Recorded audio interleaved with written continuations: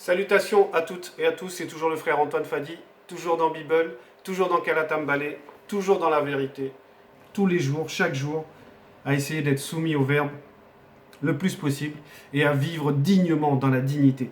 Et on va parler d'un sujet, la richesse, mais sous le regard de Mon en fait. Celui dont le nom veut dire doux, celui qui racontait et celui qui a été un roi, donc initié en chef consacré, et quelqu'un qui a marqué son époque. On va aller dans son livre de Mutatedi par Mon. Mutatedi ici va représenter un berger, un guide, et il va se placer en tant que père de la nation, mais aussi en tant que père par rapport à tous ceux qui vont bénéficier de ses conseils, qui vont bénéficier de son regard, de l'initiation qu'il a reçue de l'entité de sagesse et de l'entité de l'intelligence. Orientation à l'ouverture de la sagesse. Nous sommes dans le chapitre 14, page 484, comme avec les frères. À partir du verset 3, le titre c'est envie et avarice. Donc envie et avarice, deux comportements, c'est-à-dire deux états de conscience chez une personne liés par rapport à l'argent, en fait, par rapport à la richesse.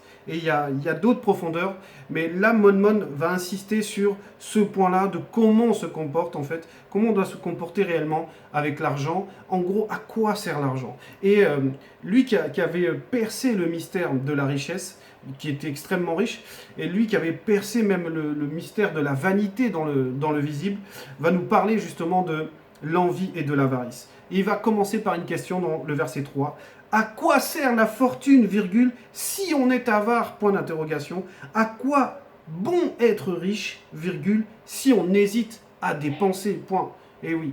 Et là, c'est beau parce qu'il va commencer par ce côté-là d'un homme, en fait, qui ne sait pas considérer réellement l'utilité d'une bénédiction, l'utilité de la richesse. Parce que derrière la richesse, en fait, c'est ce qu'on appelle, quand on dit on a les moyens. En fait, c'est un moyen, c'est une puissance, c'est un pouvoir. Et derrière cette possibilité-là de pouvoir, en gros, c'est une bénédiction.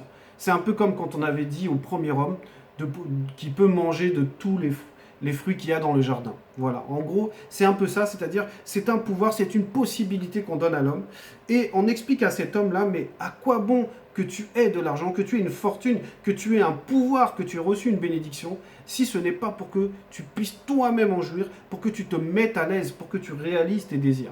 Donc il pose cette question parce que lui-même, il connaît l'importance de la richesse, il connaît l'importance de profiter de cette existence pour être à l'aise en fait. Verset 4. Celui qui amasse en se privant lui-même, amasse pour autrui, point virgule. Avec ses biens, d'autres vivront dans le luxe, point. Donc il explique que, parce que lui-même est passé par là, parce que lui-même a franchi ses réflexions, parce que quand il bâtissait, il construisait, il se disait mais que c'était une vanité en fait d'avoir tout ça, de bâtir, de mettre autant d'efforts dans ce déploiement de gloire, et au final de devoir quitter le visible et de laisser ça à quelqu'un d'autre. Et lui, c'est ce qu'il explique, il dit, mais que même si tu amasses, tu as beaucoup d'argent dans les banques, dis-toi que si toi tu n'en profites pas, d'autres vont en profiter. Et c'est le cas, les banques, c'est ce qu'elles font. Quand les gens viennent placer leur argent, les banques utilisent cet argent pour plein de choses, pour faire des prêts à d'autres personnes, et ils récupèrent encore de l'argent. Et souvent, c'est, on va dire, les banques ou les banquiers ou ceux qui ont ce pouvoir financier sont à l'aise. Eux vivent dans le luxe, alors que la personne, elle ne pense qu'à mettre l'argent dans son compte, à amasser, elle n'en profite pas, elle ne sort pas, elle ne vit pas à l'aise, elle ne s'achète pas tout ce qui lui fait plaisir, alors qu'elle en a les moyens. Parce que c'est cette idée-là, c'est que tu as les moyens, mais ça ne produit pas le bien-être. En gros, tu t'empêches de vivre dans le bien-être qui est correspondant à ce moyen. Et derrière cette idée-là, il y a une forme d'injustice en fait qui va se manifester. On va lire la suite. Verset 5. Celui qui est dur pour lui-même, virgule, pour qui serait-il bon, point d'interrogation.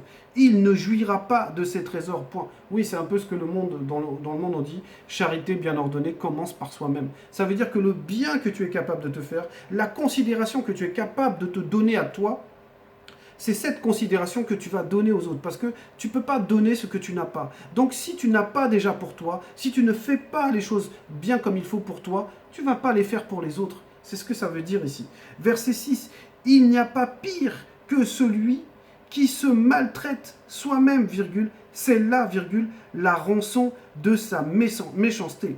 Mais avant par rapport à ce verset 6, si on revient dans le verset dur, on dit celui qui est dur pour lui-même. Donc, on est en train d'expliquer, en tout cas, Mon ici est en train d'expliquer que la personne, en fait, elle est dure envers elle-même. C'est-à-dire qu'elle ne manifeste pas de douceur, elle ne manifeste pas de clémence. En gros, ce dur-là, c'est pas se faire violence selon le verbe, c'est pas ça. C'est quelqu'un, en fait, qui est injuste envers lui-même, parce qu'il a des moyens, mais ces moyens ne produisent pas le fruit qui doit en sortir, en fait. Donc, il y a un déséquilibre, en fait. Et cette personne, elle est elle-même victime de ce déséquilibre, victime de sa propre injustice, parce qu'elle se fait du mal à elle-même. C'est pour ça que dans le verset 6, il est dit, et lui, les mots qu'il utilise là sont très forts. Il n'y a pas pire que celui qui se maltraite soi-même, virgule, c'est là, virgule, la rançon de sa méchanceté. Donc maintenant, quelqu'un qui, on va dire, qui est radin, quelqu'un qui a les moyens, qui a de l'argent, mais qui n'en profite pas, qui ne se met pas à l'aise, qui ne considère pas, on va dire, sa situation réellement, qui est capable de se priver à outrance, donc d'exagérer dans le fait de se priver pour laisser l'argent dans le compte bancaire parce qu'il considère cet argent comme, on va dire, un trésor, comme un peu dans Le Seigneur des Anneaux, là, le précieux, comme quelque chose, en gros, qui devient comme une forme d'idolâtrie, en fait. Et cette personne est capable de se priver, de se faire du mal. Parce que c'est ce que ça veut dire. La méchanceté, c'est qu'on se fait du mal, en fait.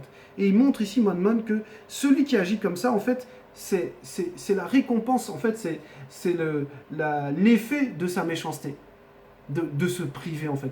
Donc, le fait de se priver alors que tu en as des moyens, quand tu en as les moyens, c'est, en gros, c'est désobéir au verbe. C'est manifester de l'anti-vérité. Verset 7, même s'il fait le bien, virgule, il le fait par mégarde, virgule, et finit par révéler sa méchanceté. Oui, ça veut dire que cette personne, même si elle fait le bien, parce que là, il n'est pas dit, même si elle se fait du bien, mais même si elle fait le bien, c'est-à-dire que cette personne peut aider d'autres personnes, peut payer des choses aux autres, mais au final, on va s'apercevoir, quand on va rentrer dans l'intimité, on va s'apercevoir que cette personne, en fait, elle est radine. Elle va manifester une forme de méchanceté. Elle va vouloir, par rapport à elle-même, elle ne va pas être aussi, on va dire, indulgente que des fois qu'elle peut faire avec les autres. Et en réalité, si tu commences pas par toi-même, comme je disais tout à l'heure, charité bien ordonnée, commence par soi-même, bien ordonnée, c'est-à-dire qu'il y a un ordre aux choses. Si tu sais pas te traiter toi-même, tu ne peux pas traiter les autres. C'est un peu comme il est écrit aussi dans Bible, hein, que celui qui ne sait pas s'occuper de sa propre famille, comment on va lui confier comment on va lui confier l'Église. C'est un peu la même chose en fait qui se produit là. C'est-à-dire, il y a une forme, tu manifestes une forme d'injustice envers toi-même et tu voudrais que les autres te trouvent juste par rapport à ce que tu fais aux autres. Et en fait, c'est contradictoire, c'est une forme de confusion. Verset 8, il est mauvais. Là, c'est carrément, là, c'est vraiment on va dire, c'est une déclaration. Il est mauvais, virgule. L'homme aux yeux envieux, virgule, qui détourne le visage et méprise les gens. Et donc là, il va maintenant parler de la deuxième facette, qui est celui, en fait, qui est envieux. Celui qui a l'envie, c'est que ce qu'il a, en fait, ça ne lui satisfait pas. Il n'est pas content de ce qu'il a, il n'est même pas content des fois de ce qu'il est, et il veut être quelqu'un d'autre. Il veut la place, il veut le pouvoir, il veut la réussite, il veut la richesse de l'autre. Et c'est ça l'envie en fait. L'envie ici va représenter la convoitise. C'est que tu ne sais pas te satisfaire de ce que tu as, tu ne sais pas prendre plaisir à la simplicité de ton existence, tu veux toujours plus. Et tu veux ce que tu n'as pas, tu veux ce que les autres ont. Voilà, c'est pour ça qu'on dit qu'il est mauvais. Ça veut dire qu'il y a le mal en lui. Il y a cette méchanceté. Maintenant, c'est l'autre facette de la méchanceté. Là, c'est par rapport, puisqu'on avait vu l'avarice, là, c'est l'envie. Et on dit dans ce verset donc 8, il est mauvais, virgule, l'homme aux yeux envieux. Parce que Mon donne la révélation qu'effectivement, ça passe par la convoitise des yeux. Ça passe par ce qu'on voit. Puisque, on va dire, ce qu'on voit, c'est un convoi. En fait, c'est quelque chose qu'on prend et qu'on veut partir avec. C'est un convoi. Verset 9, les yeux de l'insensé ne sont pas satisfaits de sa part, virgule. Une avidité mauvaise trouble son âme. Et oui, l'avidité, c'est terrible. L'avide, c'est que tu désires ça, mais ardemment, ça devient ta priorité, ça devient quelque chose même qui te dévore, parce que derrière l'avidité, c'est l'appétit en fait. Donc, on dit bien, les yeux de l'insensé ne sont pas satisfaits de sa part. Et oui, c'est quelqu'un qui, ce qu'il a, ça ne lui suffit toujours pas, il veut toujours plus, il veut ce que les autres ont. Verset 10, l'avare est chiche de pain, virgule, et il manque à sa propre table, point. Et oui, alors c'est... Encore, on revient donc, là on était sur l'envie, et maintenant on revient sur l'avare. Et l'avare, on nous montre en fait que l'avare, même la base, le pain là, c'est la nourriture, on va dire, quotidienne. C'est une base, c'est quelque chose, on va dire, de simple, qu'on pourrait même...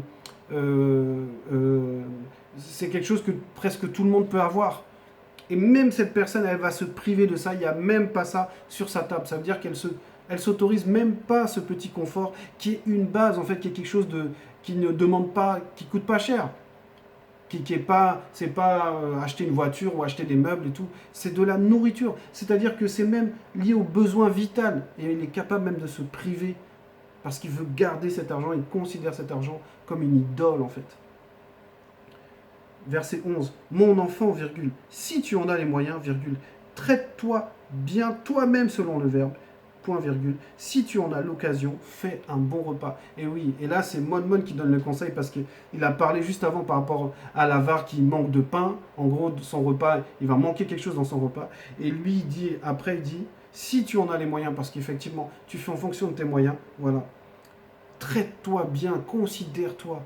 Comprends que c'est toi qui as de la valeur dans ce visible. Que dans ce visible, tu es un passager, tu dois être à l'aise, tu dois vivre bien dans ce visible parce que c'est ce qu'on avait, on va dire, fait pour Moto. Quand Moto est venu dans cette réalité, dans la réalité astrale, on l'a mis à l'aise, on l'a mis bien en fait. Donc fais un bon repas, commence par ça, c'est la base. Mange bien, alimente-toi bien, donne ce qui est bon, ce qui te fait du bien, ce qui plaît à ton corps parce que ça réjouit tout ton être en fait. Verset 12, ne l'oublie pas, virgule, le moment où tu quitteras le visible sera bientôt là, virgule, et tu ne sais pas le jour fixé, point. Eh oui, parce qu'il insiste sur ça, chaque chose a un commencement, une fin, parce qu'il y a un temps pour chaque chose. Et il sait que l'homme est de passage dans cette réalité, que si l'homme naît, l'homme va mourir. Et c'est ce qu'il explique, il dit, mais le temps que tu es là, parce que tu n'es pas là éternellement, tu vas mourir, tu vas quitter ce visible un jour, mais profite de ta présence. Prends ce qui est bon, retiens ce qui est bon dans cette existence. Voilà, vis-la pleinement avec toutes les choses qui sont bonnes à ta disposition, que tu as les moyens de pouvoir avoir. Verset 13. Avant de quitter le visible, virgule, fais du bien à ton ami, virgule, selon tes possibilités, virgule, sois généreux et donne-lui selon le verbe oui. Parce que ce que tu t'accordes à toi, puisque la parole le dit, fais aux autres ce que tu aimerais qu'on te fasse. Ce que tu t'es accordé à toi, si tu as les moyens, fais-le aux autres. Parce que tu leur donnes une part de cette bénédiction que toi tu as reçue. Tu leur donnes une part de la considération que tu as compris de ce que le verbe t'accorde en fait. Et ça, Mon on va dire, parler un peu différemment, mais ça revient à la même chose. C'est page 457, donc quelques pages avant, dans Mulangwedi, et c'est le chapitre 5, le verset 18. Voilà. Dans le livre de Mulangwedi, voilà, le verset 18. Donc page 457 où il est dit ceci. En effet, virgule, le verbe de Loba donne à l'homme sage connu d'être riche, virgule, d'avoir des biens et de s'en servir pour les pauvres connus, point. Cette personne profite aussi de la part qui lui revient, point. C'est là un don du verbe de Loba. Donc celui qui a compris ce que Mon disait là, dans le verset 13, qu'avant de quitter le visible, si tu as reçu et que tu as de quoi donner, donne en fait. Sois généreux, vis vraiment en marquant ton époque. Parce que ici, le fait on dise fais du bien à ton ami, en gros, tu vas marquer ton époque. Tu vas marquer celui qui est important. Tu vas lui donner une part de considération. Parce que c'est ce qu'il y a derrière la bénédiction, c'est ce qu'il y a derrière la richesse, c'est la considération de la personne. On considère la personne. Verset 14. Ne te prive pas du bonheur d'un jour, selon le verbe, virgule. Ne laisse pas échapper ta part d'une légitime satisfaction. Point. Donc oui, il dit c'est bien, tu vas aider les autres et tout, mais n'oublie pas, chaque jour tu as une part. puisqu'on dit à chaque jour suffit sa peine. Mais chaque jour, il y a aussi les bons moments. Il y a aussi cette part de bonté que le Verbe t'accorde chaque jour. Ne t'en prive pas. Ne t'en prive pas. Et il le dit, on revient dans Moulangwedi, parce que dans le verset 19, ce sera le cas. Donc, verset 19, c'est page 458, le chapitre 5, verset 19 dans Moulangwedi, et c'est la suite de ce qu'on a lu tout à l'heure. Car l'homme initié ne se préoccupe pas trop des jours de son existence du visible, virgule, parce que le verbe de l'Oba lui répond en réjouissant son cœur. Point. Et oui, il ne va pas porter de regard inquiet, il ne va pas, là quand on dit ne se préoccupe pas trop des jours de son existence, ça veut dire qu'il fait confiance au Verbe, il remet chaque jour de son existence au Verbe, et il en profite, il vit bien, il vit la vie qu'il veut mener, en fait. Il n'a pas ce comportement du radin, de l'avare, qui est tout le temps en train de calculer, tout le temps en train de vouloir quelque chose qu'il n'a pas, ou de se priver de ce qu'il pourrait avoir. On revient donc, là on était dans le verset 14, verset 15, ne laisseras-tu pas à un autre le fruit de tes peines, point d'interrogation, celui de tes fatigues. Et Monmon, il sait de quoi il parle là. Parce que comme il disait, ne te prive pas du bonheur dans le verset 14 d'un jour. C'est-à-dire, vis chaque jour à fond. Et il lui dit, mais parce que si tu ne le fais pas, il y en a un autre qui le fera. Toi, quand tu vas partir là, toutes tes œuvres que tu as laissées là, c'est d'autres qui vont profiter. Que ce soit les maisons que tu as construites, les sociétés que tu as fait, tout ça. Si toi, tu quittes le visible, t'emmènes pas ça avec toi. C'est les autres qui vont en profiter. Donc, prends ta part pendant que tu es là. Verset 16. Donne, virgule, prends, virgule, et réjouis ton âme selon le verbe, virgule, car il n'y a aucun plaisir du visible à attendre dans le non-visible, point. Et ça, on voit toute la sagesse de Monmon. Parce qu'il dit, oui, chaque réalité, elle a on va dire, son conditionnement, sa facette. La chair et le sang ne peuvent hériter de ce qui est spirituel. Ça veut dire que toutes les descriptions qu'on vous fait du paradis, là, dans les religions, là, chez les musulmans, chez les chrétiens, tout ça, ou les témoins de Jéhovah, on voit, ils dessinent le paradis, les gens, ils ont des chaussures, il y a les arbres avec les fruits, comme si on va manger, qu'il y a les rivières de vin chez les musulmans, il y a les fruits dont le goût ne s'altère jamais, où on va manger. Toutes ces choses charnelles, là, ça n'existe pas de l'autre côté. Il y a rien, il y a pas, on va avaler des choses, on va boire le liquide, tout ça là, ça c'est du charnel, ça se vit dans la réalité physique. Et la réalité physique, à sa limite, ce qui est physique n'entre pas dans le spirituel. Puisque le spirituel n'a pas de matière, c'est l'antimatière. Il n'y a pas les notions de distance. Tiens, je vais aller voir un frère, il est là-bas, je vais aller le rejoindre là-bas. Le là-bas, là, cette notion de distance, ça n'existe pas. Puisque la distance, elle est liée au temps, en fait. Et que le temps du spirituel n'a rien à voir avec le temps physique. Il n'y a pas cette notion d'espace-temps on va dire, lié à la distance, ça n'existe pas, tout ça. Donc là, Monmon expliquait que profite de cette réalité, de ce qu'il y a de bon à faire, à vivre, à manger, à boire, à se mettre à l'aise dans cette réalité, parce que de l'autre côté, tout ce que même tes désirs que tu as là, de charnel par rapport à l'existence charnelle, l'existence du visible, tout ça là, ça n'existe pas de l'autre côté. Donc ce message, il est important parce que il permet aux gens il va nous permettre, en tout cas à nous, de manifester une meilleure forme de justice par rapport à nous-mêmes, de bien considérer on va dire, la confiance qu'on accorde au Verbe et de profiter de cette existence en tant que visiteurs, en tant que personnes qui vont marquer leur époque et qui vont s'en aller. Parce que c'est ça le but. Le but, c'est qu'on est juste de passage. Et Monmon avait bien saisi cela, que la vie, on va dire, l'existence là, dans le visible, c'est juste le passage. On va dire, le but, la destination finale, c'est l'autre côté. Et l'autre côté n'est pas charnel. Voilà. L'Oba est toujours glorifié.